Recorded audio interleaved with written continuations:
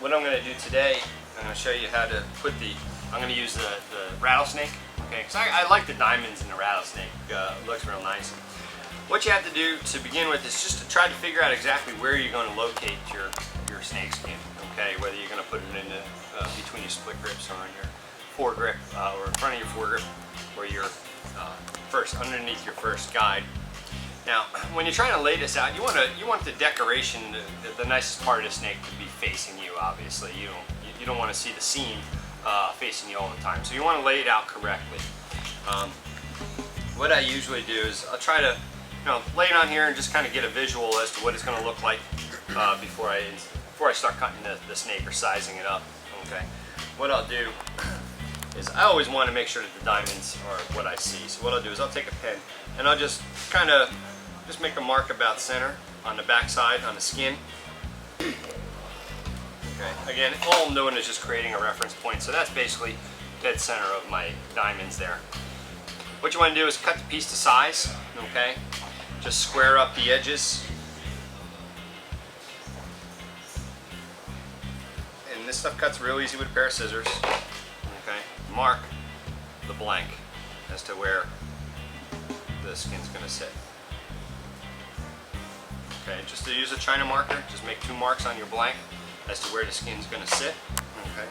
Now we need to find the circumference of the rod blank at those 2 points. So there's a couple ways to do this. One is just take a piece of masking tape, wrap it around the rod blank.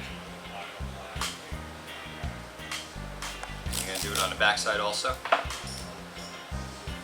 And what you do is you take a razor blade and just score through the masking tape. Okay. Be careful not to score too deep. You don't want to score into the rod blank. Okay. What you're going to do is take off your masking tape.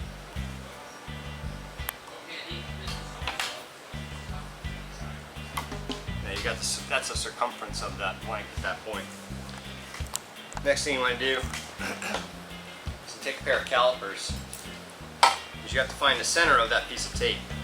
So you're just going to measure the tape. What you can do, just mark your tape.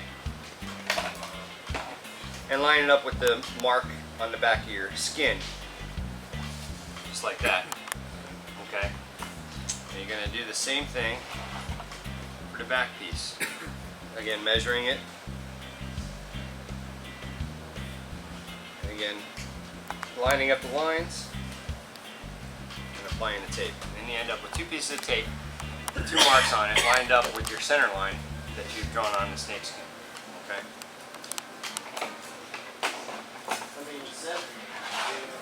There's other ways to do this. What you can do is take your calipers, measure the outside diameter of the blank at each spot, and multiply by 3.146, which is pi. And that'll give you your circumference. And then you can mark the back of your snakeskin with that measurement also. So now what you're going to do is just come in, since you've got your tape on there, your tape's your reference point as to where to make the cuts. Just come in with your knife and just score the tape, score the skin. You're going to do the same thing to the other side.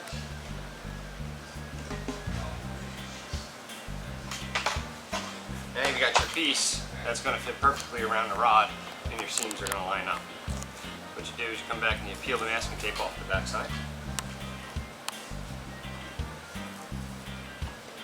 And if you've got a blank that doesn't have a whole lot of taper, okay, you definitely want to mark the back of it to say front or back, so you know when you're putting it on, you're not putting it on backwards, and you end up with it overlapping on the front, and then you got a big gap in the back. So if you have a blank that doesn't have much of a taper, it's best to do that. Here I can kind of tell that this side's definitely wider than that side. So, the adhesive we're going to use for this is color preserver. Okay, you're just going to load up the back of the skin with color preserver. Be generous with it. This is what's going to hold the snakeskin in place until you get your epoxy on it.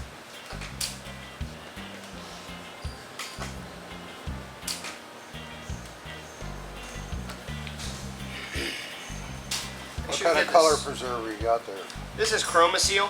Chromaseal? Any color preserver will work.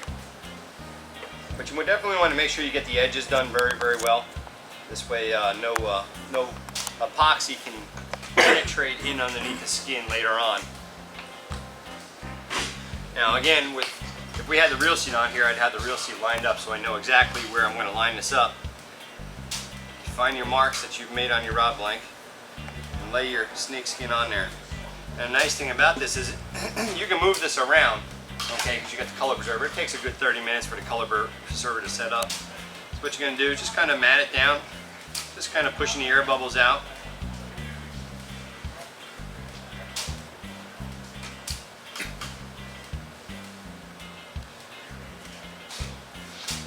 If you see an area that's not sticking real well, just add a little bit more color preserver to it.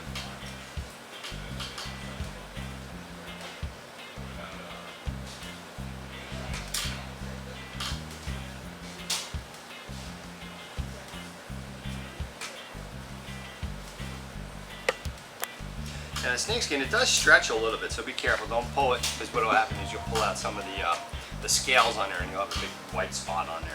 You want to be careful of that.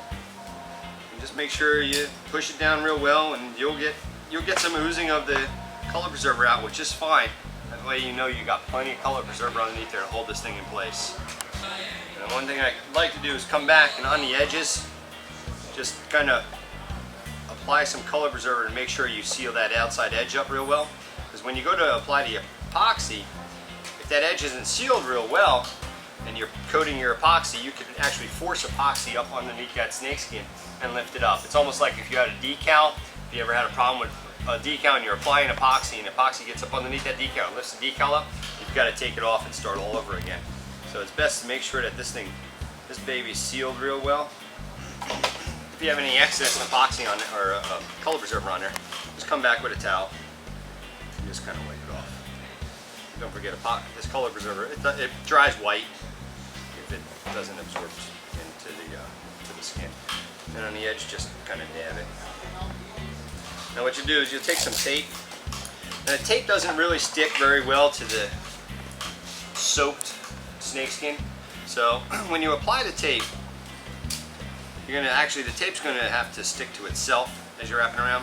And all you're doing is you're kind of squishing it all together and making sure all the air bubbles come out. And do this every 1/2 to 3/4 of an inch or so, just to secure it in place as a clamp up until the point where the color preserver is fully cured. And that's basically all it's going to take. What you do is let that sit for at least a half hour, let the color preserver set up. And then once your color preserver is set up, you're just going to come back and take off your tape. What about just a light pinch and thread wrap?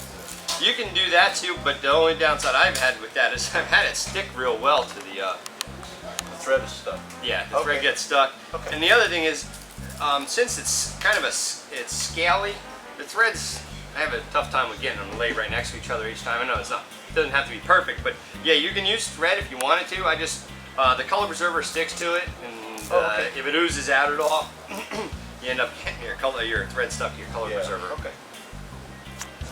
But the tape doesn't really stick to, and you can use the blue tape that's used for painter's tape. You can use that. It has a less adhesive backing to it. And then you just end up with a snakeskin like that. And that's it. And you'd come back, once you pull the tape off, you'll come back and you'll wrap the outside edges. Just put a little wrap of thread on there just to hold the outside edges down. It's just a decorative, that's all it is. Or if you wanted to, mount the reel seat here, slide your foregrip over, and have your foregrip right over top of the snakeskin, so it looks like your snakeskin runs up underneath your foregrip, which technically it does. But you're still going to need to put a wrap up here, and you can incorporate your hook keeper into this area with the snakeskin. You can use this as a under wrap for your first guide, which looks really sharp. So How many coats of epoxy? put 2 thin coats of epoxy over top of this. Okay, the first coat, since it's scaly, the scales are kind of raised a little bit. So the first coat you put on, you'll still feel some slight bumps in it. So, but you come back with a second coat over top of that a day later, and you'll have a perfectly smooth finished snakeskin. Do you use a light build or a heavy build? It doesn't really matter. Doesn't matter at all. It just has to be a thin coat. Okay, and I'm not saying that it has to be a light build. It just has to be a thin whether you use light or a high bill, it just has to be a thin coat. That's all it is. You don't have to glob it on. You don't have to add tons of it. Just a real thin coat to get your first one down, to hold all the scales in place. Then you come back with your second light coat, and you'll have a beautiful wrap at the end.